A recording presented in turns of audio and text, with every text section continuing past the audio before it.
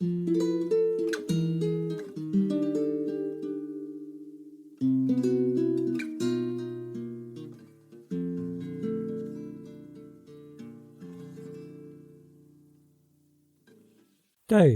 Thank you for the days. The first line of the song, written by Ray Davies and sung by him and his band The Kinks, echoes through my life like a prayer for the dying. For me, the best cover version of Days was sung by Kirsty MacColl, and Kirsty is where my link with Days and The Kinks begin. At drama school in the mid-1960s, one of my teachers was Jean, Kirsty's mum, and during one summer break, to earn some much-needed cash, I did some work in the garden of Jean's new house.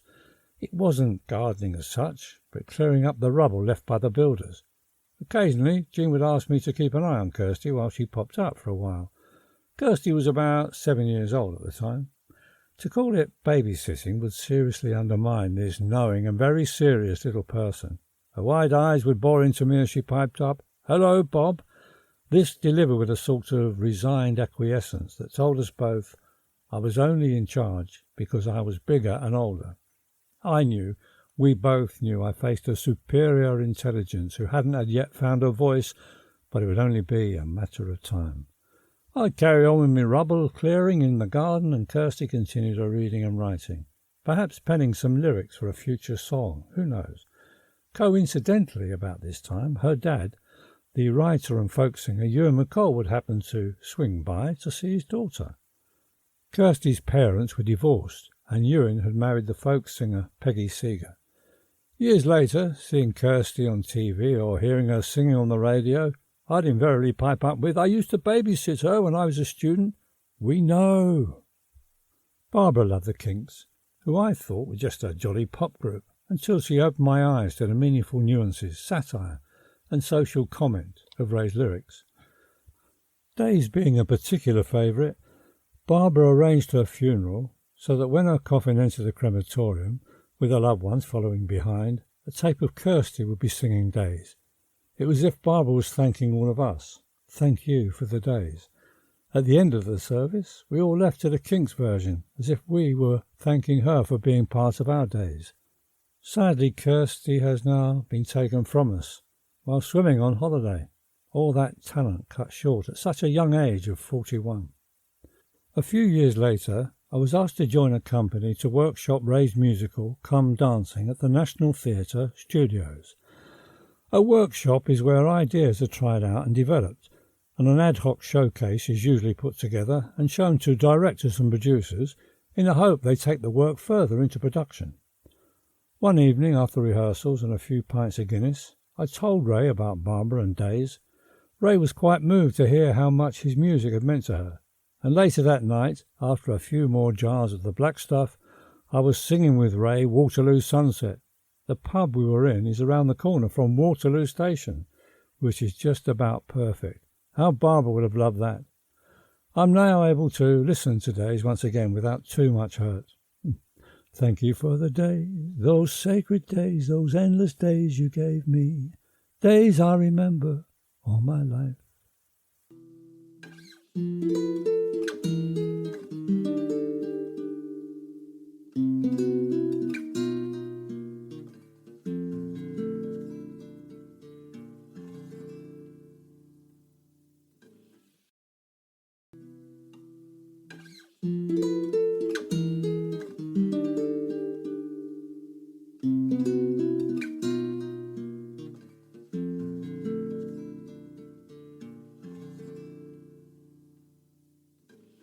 As I've intimated, actors become very adept at filling in the fellow gaps between jobs.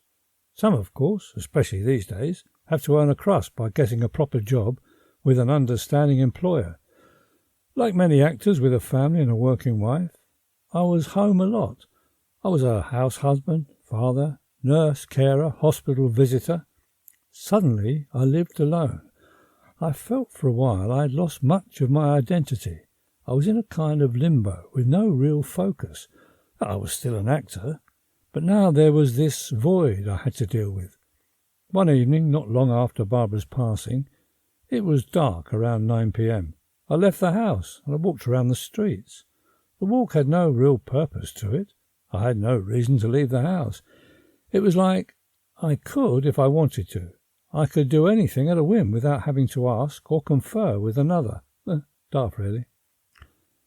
My mid-40s into my early 50s had been quite a bumpy ride, to say the least. And during those desperate years, I still managed to work until Barbara became so ill. Both Sarah and I stayed at home to help with the nursing. After about a year alone, I thought about dating.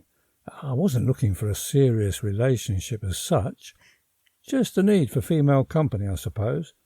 There really had never been a time that a woman hadn't played a major part in my life. But when you get to a certain age, going on the pool, cruising round the pubs looking for a date, well, that is sad on so many levels. Besides, ladies usually are there in pairs or a group, and online dating hadn't as yet taken off. Weighing up the various options, I thought it might be a good idea to subscribe to a newspaper dating site. And being a bit cultured, I thought I'd try The Guardian's Soulmates. You sign up and put a couple of lines in the appropriate column. Something like Bob, an actor, looking for companionship, love or friendship. There is a premier number to call that funds the site, together with a box number. And once your call is put through, they listen to a recorded voice message of the person wanting a date. Hello, my name is Bob. I'm tall and burly, frolically challenged on top, which I don't have a problem with. I'm a jobbing actor and a would-be writer, but don't let that put you off. I'm fairly solvent. I'm looking for a petite, fair-haired woman, aged about 50, 60, non-smoker, interested in the arts, theatre, wining and dining, and in general ready to enjoy the fun things of life. Well, that's me, looking forward to hearing from you. If the listener finds you are interesting, they leave their contact details and a blurb about themselves. I received about 50 or so inquiries, which I understand is about the average. I made a short list of about 20. It was easy to pare down some callers. If the lady said I must like cats, gardening, bowls or darts, I wasn't interested. I've nothing against cats or gardening and what not, but if that's their main condition for a like-minded person, I am not him. The other criteria I decided to avoid if there were any mention of holidays and foreign travel.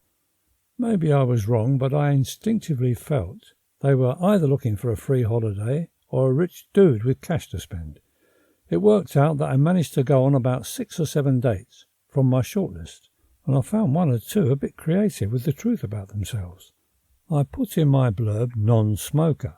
I cannot abide the smell of stale fag ash, which can permeate a person's clothes. It's like sitting next to an ashtray. One woman I didn't see again decided to wait until the end of the date, saying as she lit up, I don't really smoke, well, just occasionally. Is that all right? On one date, we had arranged that our mutual location would be outside Richmond Station.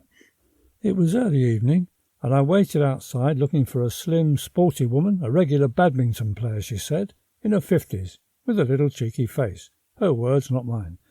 Well, she may have fitted that description once, but not so now. But we popped across the road for a drink in the local pub. And then, after about 1 drink, she started crying. Well, there I sat, opposite a sobbing female I'd just met, who was hurting and in need of comfort because her mum had recently passed away. I could not help. I've had enough past grief of my own to deal with. I mean, let's face it, I'm no George Clooney myself, but I do try and tell the truth about my ruggish, boyish looks. You obviously want to create a flattering image of yourself, but saying you are sporty when you're portly and cheeky when you're geeky is pushing it. One woman I met, who was petite and fair, if a bit thin for my taste, she may have had a lovely nature, but I didn't get a chance to find out, as she couldn't sit still long enough for us to exchange much more than half a sentence, because she had the runs and had to keep popping to the ladies.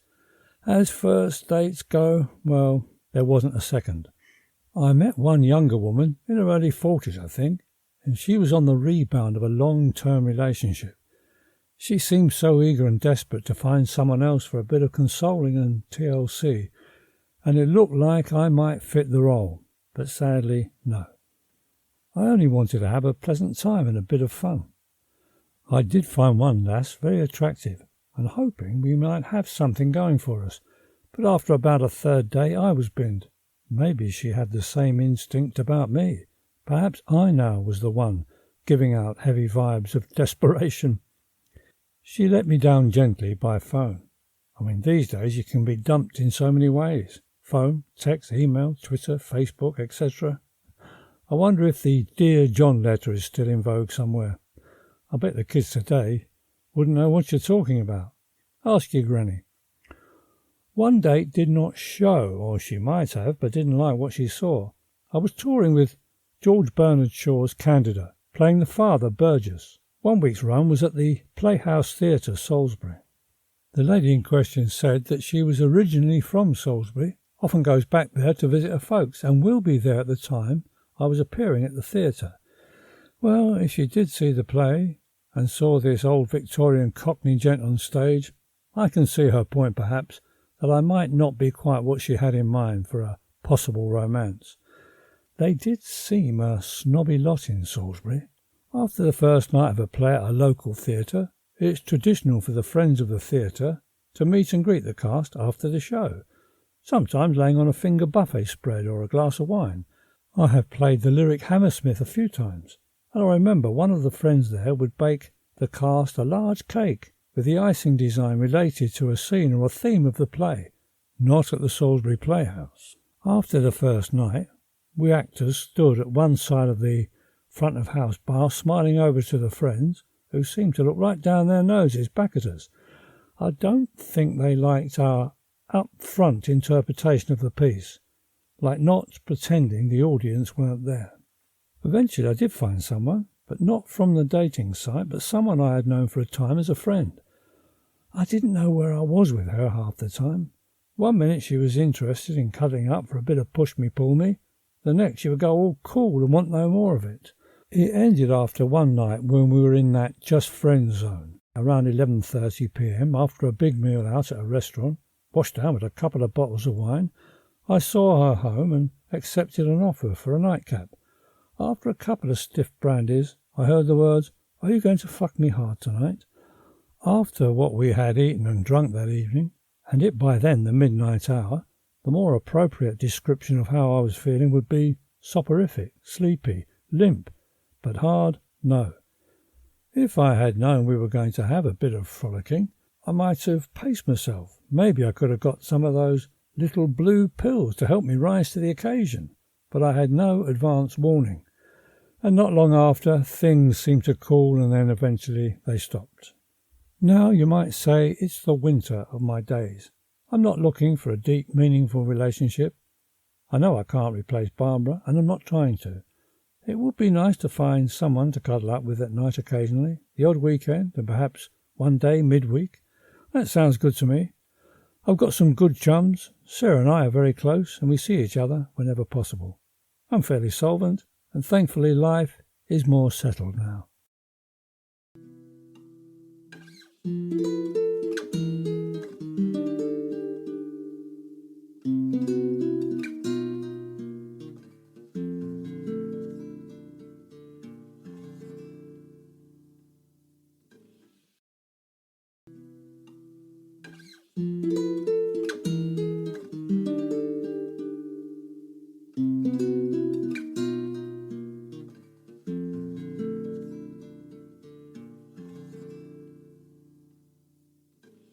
There was a time, back in the day, long ago, before self-taping was even heard of. Actors would physically go into the centre of town, often Soho, to attend a casting. Yes, in person. I did this regularly. After a casting, with no real need now to hurry back home, I'd take a stroll through one of the London parks, maybe have a spot of lunch, or pop into the French pub or the Coach and Horses for a jar or two. These watering holes can prove very dangerous places for people with too much time on their hands. You can often get chatting to like-minded folk, particularly in the French and the Coach, favoured haunts of artists, writers, actors, and other types trying very hard to be eccentric, who while away the hours, weeks, days, months, years even, gently imbibing through the day and sometimes into the night. In times gone by, these inns of ill repute had a reputation for attracting a clientele of heavy drinkers, many who were characters much larger than life. These days you can spot the guy or girl who is trying a bit too hard to look different. a guy in his business suit, who perhaps works in an office, an accountant, or an estate agent, and there he is, in the French, wearing a large fur hat with floppy ears with a walking cane tucked under his arm. For a time, when I stopped by at the Coach and Horses, there was often this young girl sitting at the bar, always on the same stool, wearing a jaunty little hat, with a netted veil casting a shadow over her eyes. She'd sip at a drink, and accept others from fellow barflies known to her, chaps like myself at times who enjoyed spending an hour or two chatting to a pretty young woman. I often wondered what her game plan was. What did she have one beyond posing and looking pretty? Then one day she wasn't there, never to return. Or maybe her game plan had come together. Well, I hope so. I suppose a lot of folks feel the need to play a role in life. Well, I know I did when younger, not now, once it became a job. A chum of mine calls it the Nadia complex. I think that's a good analogy. To be honest, I did a bit too much imbibing for a while, but I soon had a word with myself.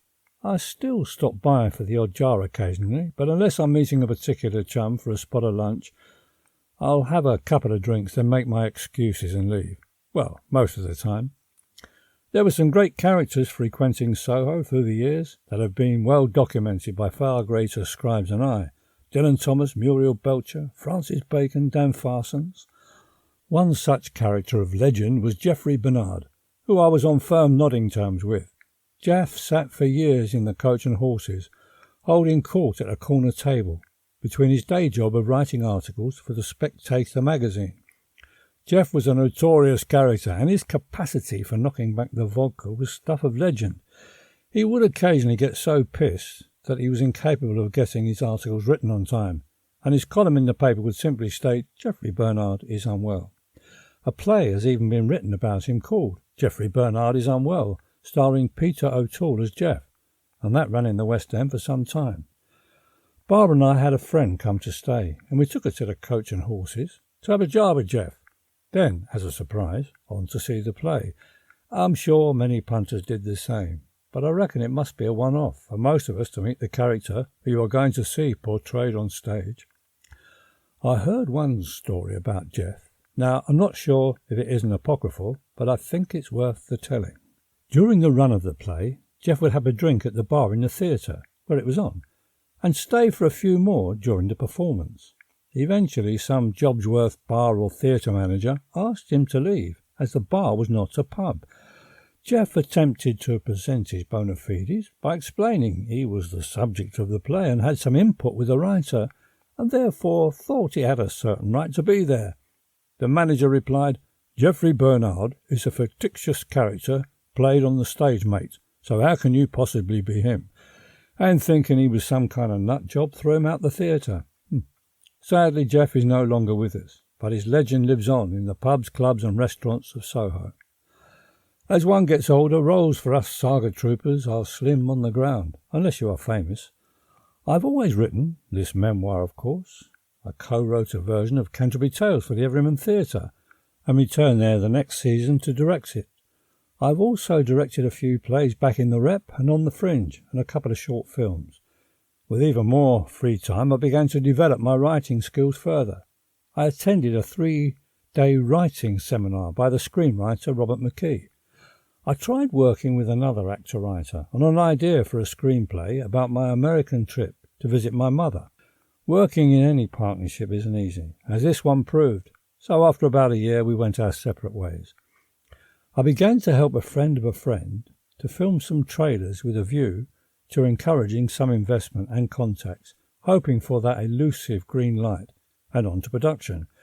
We the actors got some decent expensive and a lot of fun working with each other over the weeks we were together.